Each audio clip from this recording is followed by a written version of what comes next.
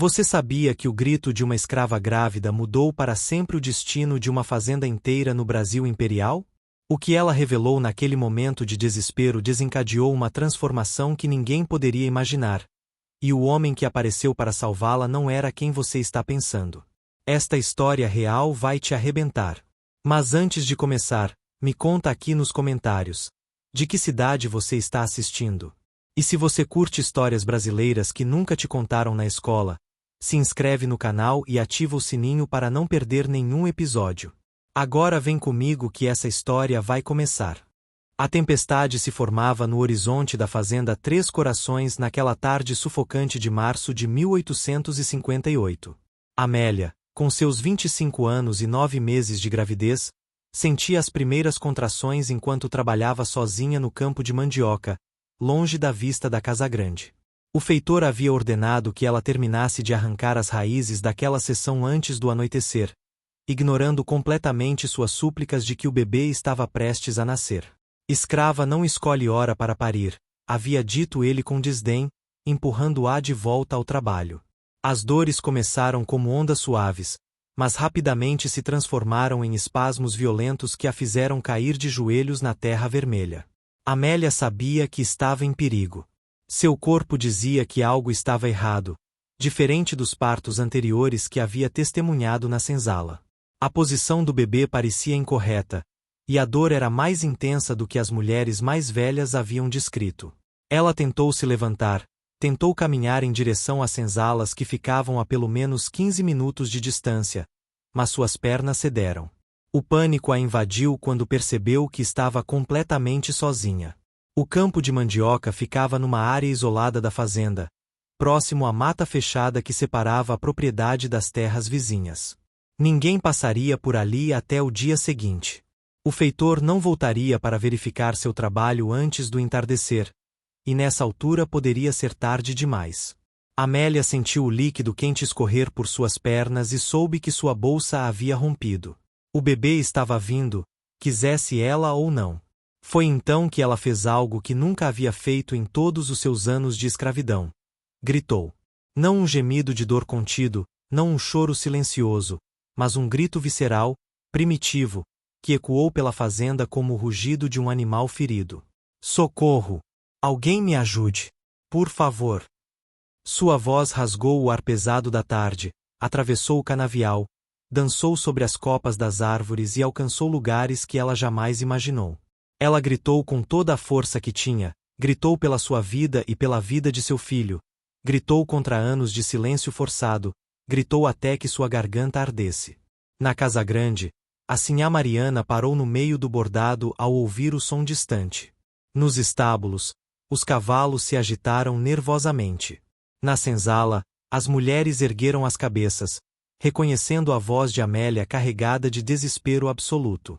Mas foi na mata fechada, onde ninguém esperaria, que alguém ouviu aquele grito e começou a se mover rapidamente em direção à sua origem. Alguém que mudaria não apenas o destino de Amélia, mas de toda a fazenda Três Corações.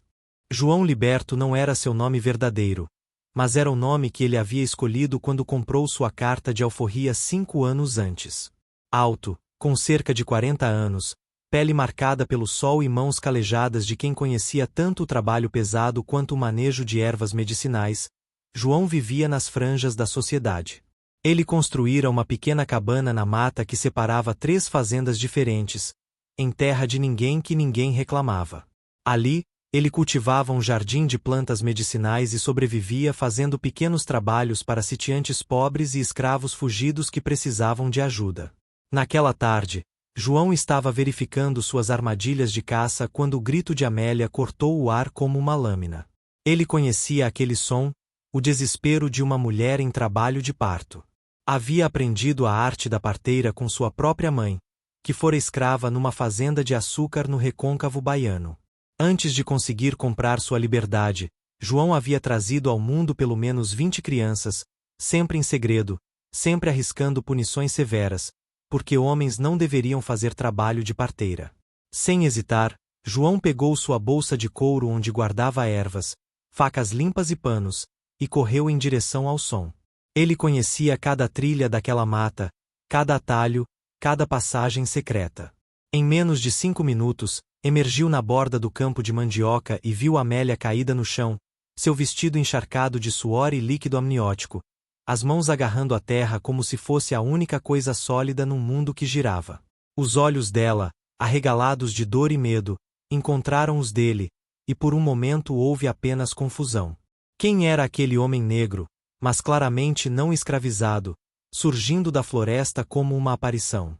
Calma, irmã, eu sei o que fazer, disse João com voz firme mas gentil, ajoelhando-se ao lado dela. Sou parteiro. Já trouxe muitas crianças ao mundo. Você não está sozinha agora. Amélia quis perguntar quem ele era, quis questionar, mas outra contração violenta a atingiu e ela só conseguiu gritar novamente. João trabalhou rápido, examinando a situação com mãos experientes. O que viu o preocupou. O bebê estava em posição pélvica, vindo de nádegas, uma das situações mais perigosas num parto. Escuta bem o que vou te dizer, falou João, olhando diretamente nos olhos de Amélia. Esse bebê tá vindo do jeito errado. Vou precisar virar ele, e vai doer muito. Mas se eu não fizer isso agora, você e a criança vão morrer. Você confia em mim? Amélia, através da névoa de dor, viu algo nos olhos daquele homem que não via há muito tempo. Humanidade genuína, compaixão verdadeira. Ela assentiu, apertando os dentes. Então faça o que tiver que fazer. João começou o procedimento mais difícil que um parteiro poderia enfrentar. Uma versão externa, tentando manualmente girar o bebê dentro do útero. Amélia gritou tão alto que dessa vez o som alcançou claramente a sede da fazenda.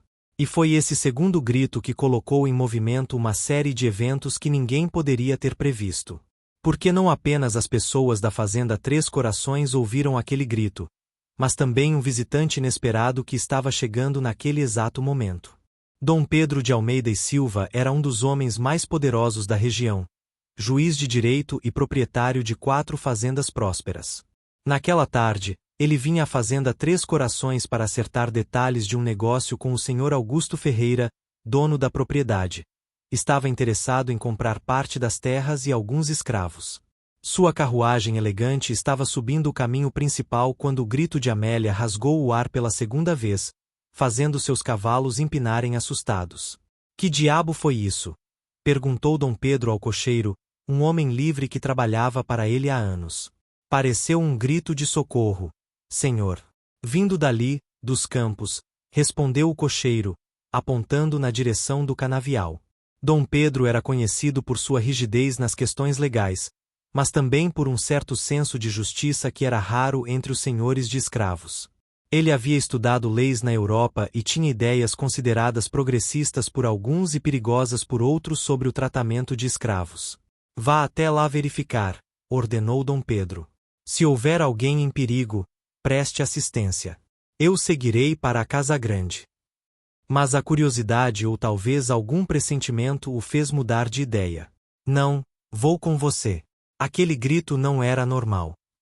A carruagem mudou de direção, seguindo pela estrada secundária que levava aos campos de cultivo. Enquanto isso, na Casa Grande, o senhor Augusto Ferreira estava numa situação delicada. Ele havia ouvido os gritos também e sabia que era Amélia. O problema é que Amélia não era apenas mais uma escrava. Augusto havia cometido um erro que muitos senhores cometiam, mas poucos admitiam abertamente. Amélia era sua amante há 3 anos. O bebê que ela estava parindo era dele, embora ele jamais reconhecesse isso publicamente.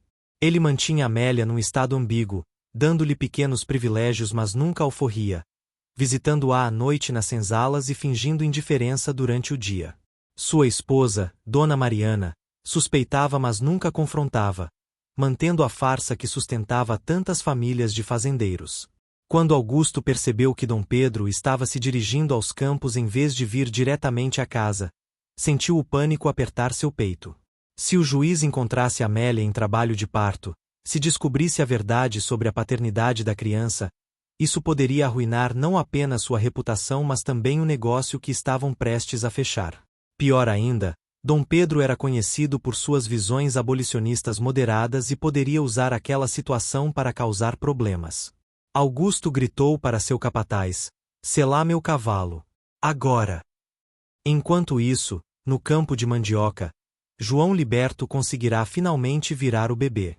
Suas mãos, guiadas por anos de experiência e uma intuição quase sobrenatural, haviam realizado o que muitos médicos diplomados não conseguiriam. Amélia estava exausta, banhada em suor, mas o bebê agora estava em posição correta. Agora sim, irmã. Agora você pode empurrar. Na próxima contração, empurra com tudo que você tem. João mal sabia que, nos próximos minutos, aquele campo isolado se tornaria o palco de um confronto que exporia verdades escondidas e mudaria destinos. A carruagem de Dom Pedro chegou à beira do campo de mandioca no exato momento em que a cabeça do bebê começava a coroar. O juiz desceu rapidamente, sua capa negra esvoaçando ao vento que precedia a tempestade, e ficou paralisado pela cena diante dele. Uma escrava claramente em trabalho de parto e um homem negro, livre pela aparência de suas roupas, atuando como parteiro. O que está acontecendo aqui? Sua voz grave ecoou com autoridade. João ergueu os olhos rapidamente, avaliando o recém-chegado. Viu as roupas finas, a postura de comando, o ar de autoridade. Senhor de escravos ou oficial da lei, ele pensou, e ambos significavam perigo potencial. Mas não havia tempo para explicações. Essa mulher está parindo. Senhor. O bebê estava em posição errada. Se não me permite terminar, ela e a criança morrem. Havia uma firmeza na voz de João que surpreendeu Dom Pedro. Não era a submissão esperada, mas também não era desrespeito. Era a voz de um profissional no exercício de sua função. Dom Pedro deu 2 passos à frente, observando melhor. Ele havia presenciado partos antes, tinha 8 filhos próprios, e reconhecia a competência quando via. Continue, ordenou, e então, surpreendentemente, tirou sua própria capa e a estendeu. Use isto para agasalhar a criança quando nascer. O vento está ficando frio. João assentiu brevemente, sem tirar o foco de Amélia. Empurra, irmã. Mais uma vez. Vejo a cabeça. Amélia reuniu suas últimas forças e empurrou, um grito primal saindo de sua garganta. Foi nesse momento que Augusto Ferreira chegou a galope, seu cavalo quase atropelando o cocheiro de Dom Pedro. Ele desceu de um salto, o rosto vermelho de raiva e pânico. Dom Pedro, o senhor não devia estar aqui. Essa é uma questão interna da fazenda. Mas suas palavras morreram quando viu a cena. Amélia, suas pernas abertas, João segurando um bebê que acabará de nascer, o choro agudo do recém-nascido cortando o ar, e Dom Pedro observando tudo com uma expressão indecifrável. Um menino, anunciou João, limpando rapidamente as vias aéreas da criança com um pano e envolvendo-a na capa de Dom Pedro. Forte e saudável. Ele colocou o bebê no peito de Amélia, que começou a chorar, não de dor, mas de alívio e amor instantâneo. João ainda precisava cuidar da placenta e garantir que não havia hemorragia, mas o pior havia passado. Ele havia salvado 2 vidas naquela tarde. O silêncio que se seguiu era denso, carregado de tensões múltiplas. Dom Pedro olhou de Amélia para Augusto, de Augusto para o bebê, e algo em sua expressão mudou. Ele era juiz há tempo suficiente para reconhecer segredos e culpa. A pele mais clara do bebê, os olhos de Augusto evitando os dele, a maneira como o fazendeiro estava visivelmente perturbado além do que seria normal para um senhor preocupado com uma escrava qualquer. Senhor Ferreira, disse Dom Pedro com voz controlada, creio que temos muito a conversar. Mas primeiro, essa mulher precisa de cuidados adequados. Você, virou-se para João, quem é você e de onde veio? João se endireitou, encontrando o olhar do juiz sem baixar os olhos. Meu nome é João Liberto, senhor. Vivo na mata. Sou alforriado e parteiro. Ouvi os gritos e vim ajudar. Tenho meus papéis de liberdade comigo, se o senhor quiser ver. Houve um desafio sutil nessas palavras, uma afirmação de dignidade que poucos homens negros, mesmo libertos, ousavam expressar diante de um juiz. Dom Pedro estudou João por um longo momento, e então algo inesperado aconteceu. Ele sorriu levemente. Você salvou 2 vidas hoje. Isso é mais do que a maioria dos médicos que conheço poderia fazer. A tempestade finalmente desabou, forçando todos a buscarem abrigo. Dom Pedro ordenou que Amélia fosse levada não para a senzala, mas para a casa grande, especificamente para um dos quartos de hóspedes. Augusto tentou protestar, mas o olhar do juiz o silenciou. Essa mulher acabou de dar à luz em condições desumanas enquanto trabalhava no campo, Senhor Ferreira. Se ela morrer de febre nas próximas horas por falta de cuidados adequados, isso será um caso para a justiça. Ela vai receber tratamento apropriado, e esse é meu último pronunciamento sobre o assunto. João foi convidado, embora a palavra convidado não capturasse completamente a natureza compulsória do convite, a acompanhá-los e continuar cuidando de Amélia. Ele aceitou, carregando sua bolsa de ervas e seguindo a procissão estranha. Um juiz poderoso, um fazendeiro visivelmente nervoso, uma escrava recém-parida carregada por 2 escravos numa maca improvisada, e um bebê envolto numa capa cara demais para seu futuro de escravidão.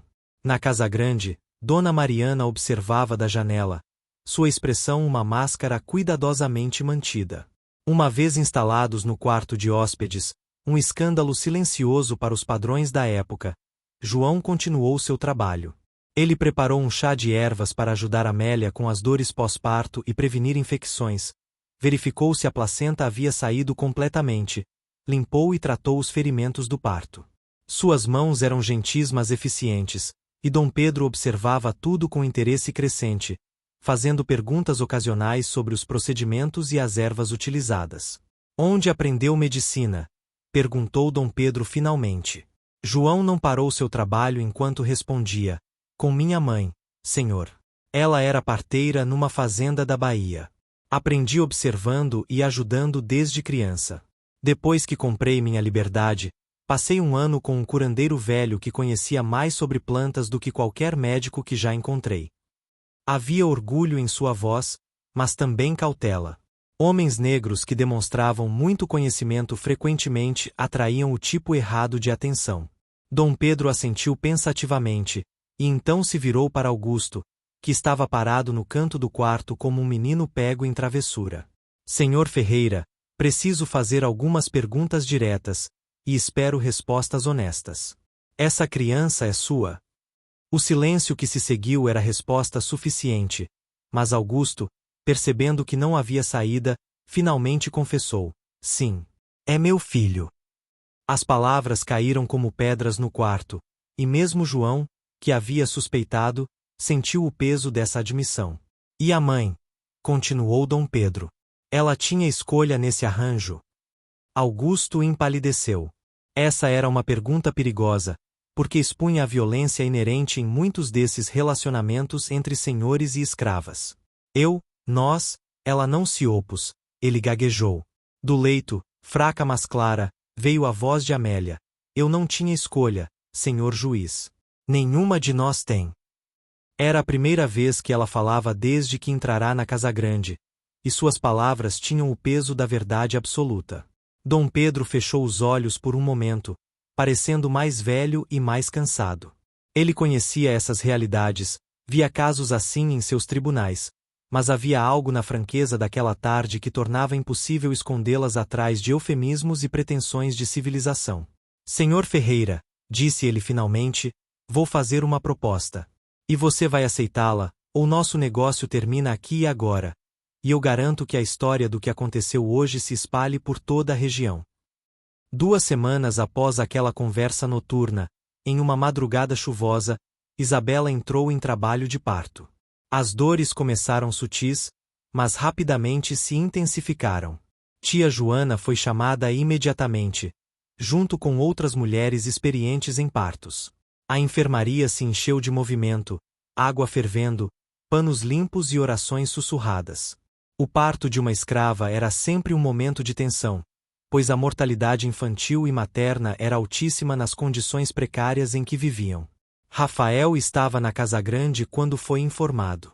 Sem hesitar, mandou chamar novamente o doutora Ferreira, apesar da hora. Seu pai protestou. É madrugada. Você vai acordar o médico por causa de uma escrava. Rafael se virou para ele com uma expressão determinada. É uma vida humana, pai. Na verdade, duas. E sim, vou acordar o médico. Ele saiu antes que o coronel pudesse responder, pegou um cavalo e galopou pela chuva até a cidade. Quando voltou com doutora Ferreira, o parto já estava em andamento. O médico assumiu o controle, dando instruções precisas enquanto tia Joana e as outras mulheres ajudavam. Isabela suava, gritava, agarrava-se às mãos das mulheres ao seu redor. A dor era insuportável, mas ela lutava com cada fibra de seu ser. Lutava pela vida de seu filho, por um futuro que ainda não conseguia ver claramente, mas que começava a acreditar ser possível. Finalmente, quando o sol começava a nascer por trás das nuvens de chuva, um choro forte e saudável preencheu a enfermaria. É um menino, anunciou doutora Ferreira, segurando o bebê coberto de vernix e sangue. Forte e saudável. Ele cortou o cordão umbilical e entregou a criança para tia Joana limpar e envolver em panos limpos. Momentos depois, o bebê foi colocado nos braços de Isabela, que o olhou com um amor tão intenso que parecia iluminar toda a sala. Rafael, ela sussurrou, olhando para o bebê e depois para o homem que havia salvado sua vida. Seu nome é Rafael. Lágrimas corriam pelo rosto de Rafael enquanto ele se aproximava para ver melhor o pequeno ser. O bebê tinha a pele escura de Isabela, olhos ainda fechados, pequenos punhos cerrados. Era perfeito. Era inocente. Era uma promessa de futuro. Naquele momento, algo se solidificou no coração de Rafael. Não era mais apenas sobre fazer o certo ou desafiar o pai. Era sobre garantir que aquele menino, e todas as outras crianças nascidas naquela fazenda, tivessem uma chance real de viver com dignidade. Isabela, disse Rafael suavemente, eu faço uma promessa a você e ao pequeno Rafael aqui. Vou trabalhar todos os dias para tornar esta fazenda um lugar melhor. Não posso prometer que vou conseguir mudar tudo imediatamente, mas prometo que não vou descansar até que mudanças reais aconteçam. Isabela segurou a mão dele com uma das mãos enquanto mantinha o bebê seguro com a outra.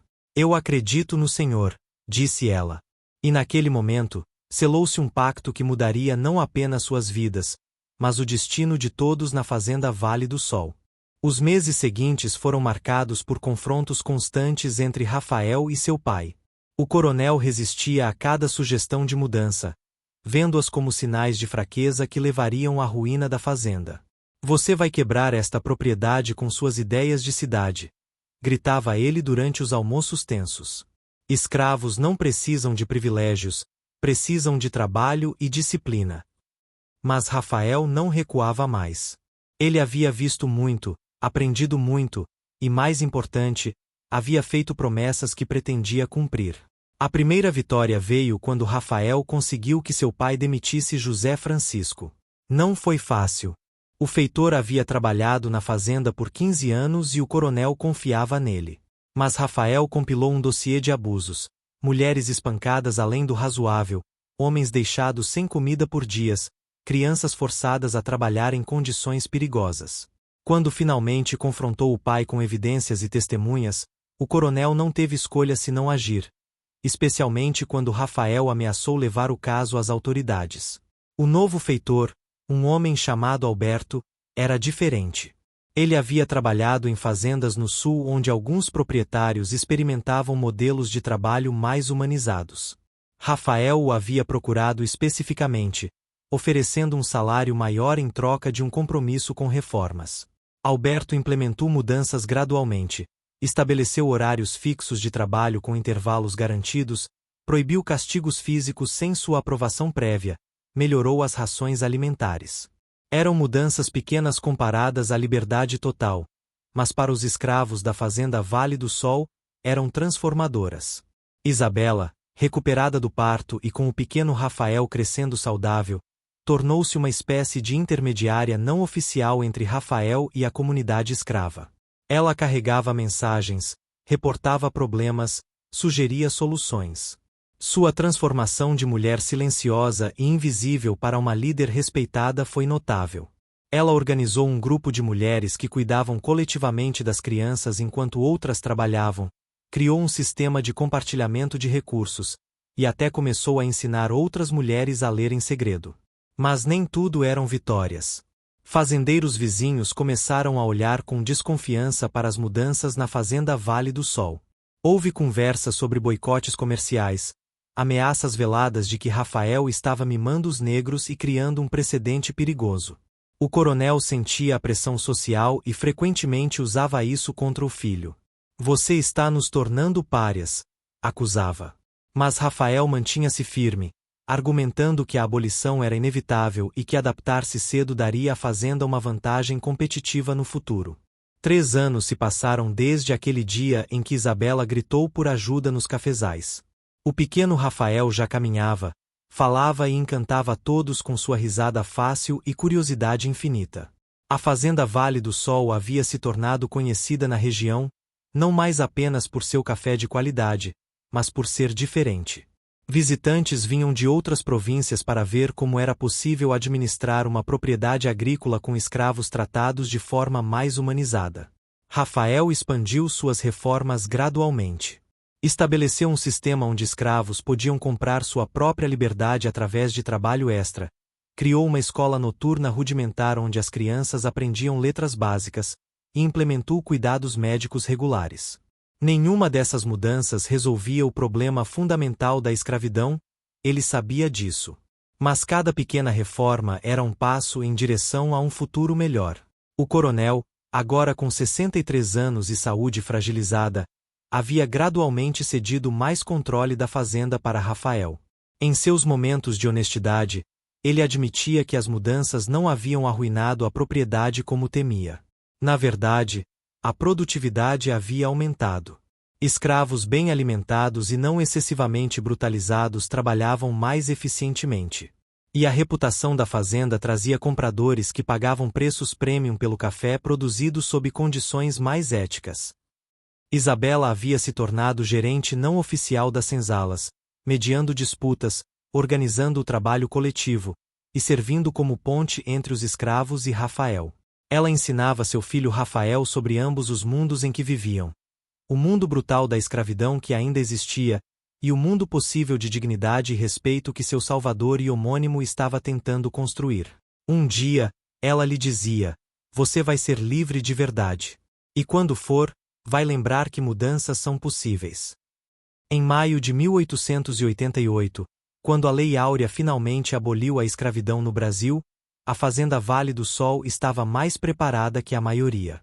Rafael já havia estabelecido um sistema de trabalho assalariado para a transição, havia negociado com muitos ex-escravos para que permanecessem como trabalhadores livres, e tinha planos para dividir parte das terras em pequenos lotes para aqueles que quisessem estabelecer suas próprias famílias.